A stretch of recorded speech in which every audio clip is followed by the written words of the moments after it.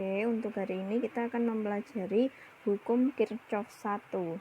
Nah, di sini sudah ada penjelasan tentang hukum Kirchhoff 1, cuma pengertiannya saja.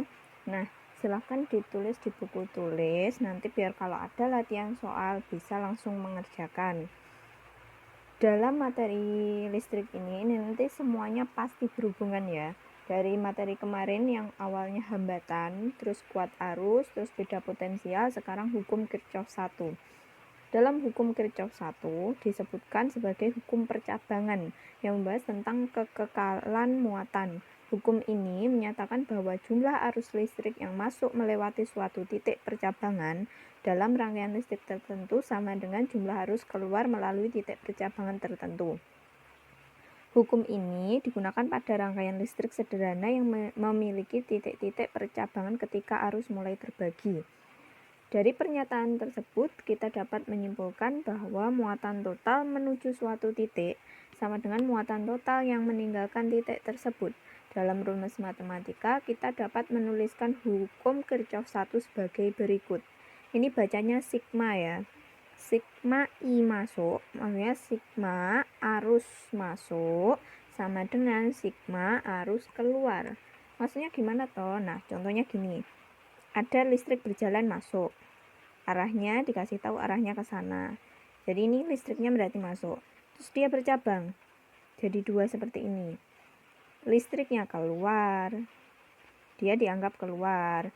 Nah, berarti artinya listrik ini masuk melalui jalur pertama, anggap saja kita sebut I1. Terus keluar melalui jalur I2 dan I3.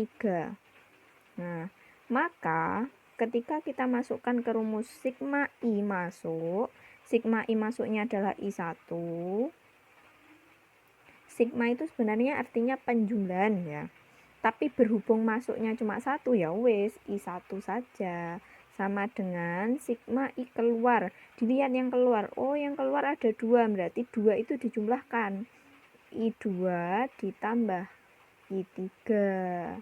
Nah, terus hitungan angkanya gimana?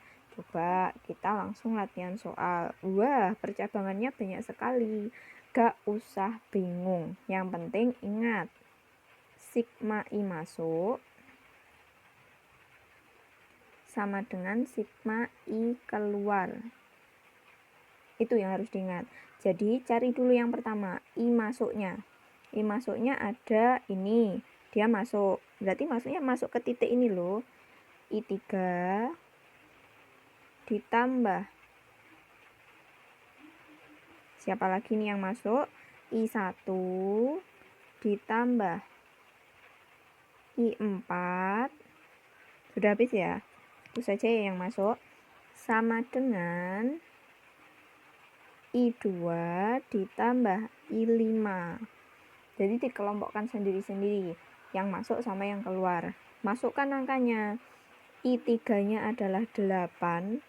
Ditambah I1-nya adalah 6. Ditambah I4. Nah, I4 belum ketemu. Tulis aja tetap I4. Sama dengan I2-nya adalah 13.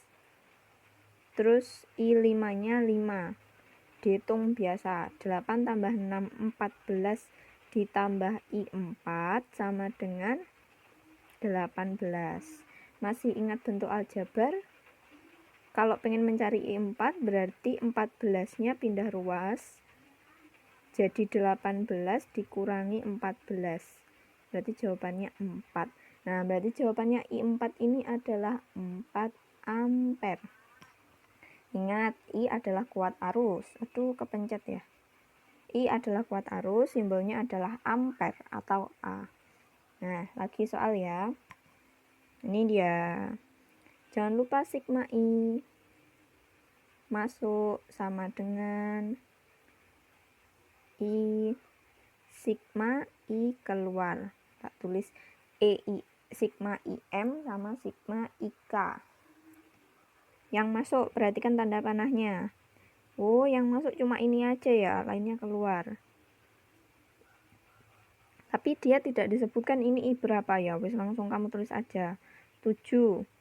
Yang masuk ternyata 1 ya, gak apa-apa, sama dengan itu berapa, langsung angkanya aja nggak apa-apa kalau I-nya ini nggak ketulis siapa. Jadi langsung urut ya, dari sini berarti 1 ditambah ini 2 ditambah ini yang ditanyakan ini I1 ini ya, I1 dihitung 7 sama dengan 3 ditambah I1. 3 tambah berapa hasilnya? 7. Atau kalau kamu pengen mencari I1 bisa 3-nya pindah ruas, berarti 7 dikurangi 3. I1 berarti sama dengan 4. Gini. Udah kan ya? 1 soal lagi. Nah,